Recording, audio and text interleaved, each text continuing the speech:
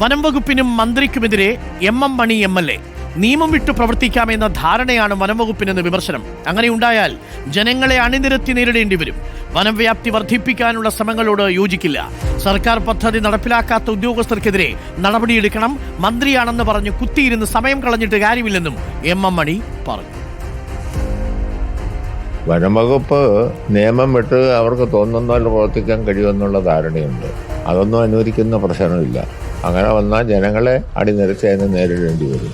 വനംവകുപ്പ് വനത്തിൻ്റെ വീതി കൂട്ടാനുള്ള ഒരു ശ്രമവും നടത്തി അതിനോടൊന്നും യോജിപ്പില്ല. ജനങ്ങളുടെ അവകാശങ്ങൾക്കെല്ലാം മുകളിലാണ് ഉദ്യോഗസ്ഥന്മാരുടെ കാര്യമെന്നൊക്കെ വന്നാൽ അതിനെ എതിർക്കേണ്ടി വരും. മന്ത്രി പറയുന്ന കാര്യങ്ങൾ ഗവൺമെൻറ് നയങ്ങളാണ്. ഗവൺമെൻറ് നയമെന്ന് പറഞ്ഞാൽ നിലവിലുള്ള നിയമങ്ങൾക്ക് വിധേയമായ നയങ്ങളാണ്. അത് നടപ്പിലാക്കാൻ പറ്റുന്നില്ലേ, നടപ്പിലാക്കാൻ നിലപാടെടുക്കാത്ത ഉദ്യോഗസ്ഥന്മാരെ നടപടി എടുത്ത് പുറത്താക്കണം. അതാ ചെയ്യേണ്ട മന്ത്രി. ആ ഗവൺമെൻറ്റിൻ്റെ തീരുമാനവും നയവും നടപ്പിലാക്കുക എന്നത് ഉദ്യോഗസ്ഥന്മാരുടെ ചുമതലയാണ്. അത് നടപ്പിലാക്കാത്ത ഉദ്യോഗസ്ഥന്മാരെ നടപടി എടുത്ത് പുറത്താക്കണം. അല്ല മന്ത്രിയാണെന്നും പറഞ്ഞ് കുത്തിയിരുന്നിട്ട് കാര്യമുണ്ട്. അതാണ് ചെയ്യേണ്ടത്. Sandeep Rajakkad, good morning. സന്ദീപ് രാജാക്കാട്, മണിയാശാൻ തന്റെ പതിവ് ഫോമിൽ തന്നെയാണ് ചോദിക്കുന്നത്. മന്ത്രിയാണെന്ന് പറഞ്ഞ് കുത്തിയിരുന്നിട്ട് കാര്യമുണ്ടോ എന്ന് ചോദിച്ചത് AK ശശീന്ദ്രന്റെ നെഞ്ചിലാണ് കൊണ്ടത് ശ്രീ സന്ദീപ് രാജാക്കാട്. അപ്പോൾ കടുത്ത വിമർശനമാണ്. നേരത്തെ CPIയിൽ നിന്നുള്ള വിമർശനം ഉണ്ടായിരുന്നു, CPMൽ നിന്ന് ഇതിപ്പോൾ M മണിയും കടുത്ത വിമർശനമാണ് വനംവകുപ്പ് മന്ത്രിക്കെതിരെ ഉന്നയിക്കുന്നത്. ഉന്നയിച്ചു പോവും. എന്താണ് പറഞ്ഞതിൻ്റെ കാര്യങ്ങൾ, കൂടുതൽ കാര്യങ്ങൾ Sandeep? Good morning doctor Arunkumar. ഈ വനംവകുപ്പിനെതിരെ രൂക്ഷമായ വിമർശനം മണിയാശാൻ മുമ്പും ഉന്നയിക്കുന്ന ഒരു സാഹചര്യം ഉണ്ടായിരുന്നു. പക്ഷേ വനംവകുപ്പ് മന്ത്രിയോട് ഇത്ര രൂക്ഷമായി സംസാരിച്ച് നമ്മൾ കണ്ടിട്ടില്ല.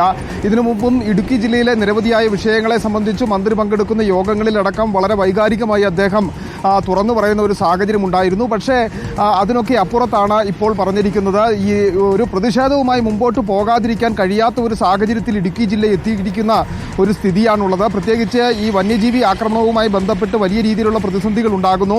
നിരന്തരം മനുഷ്യജീവനുകൾ പൊളിയുന്ന ഒരു സാഹചര്യം ഉണ്ടാകുന്നു. അതോടൊപ്പം തന്നെ പ്രഖ്യാപിക്കുന്ന പദ്ധതികൾ കൃത്യമായി നടപ്പിലാക്കുന്നില്ല എന്നുള്ള വലിയ ആക്ഷേപം ഉയരുന്നു.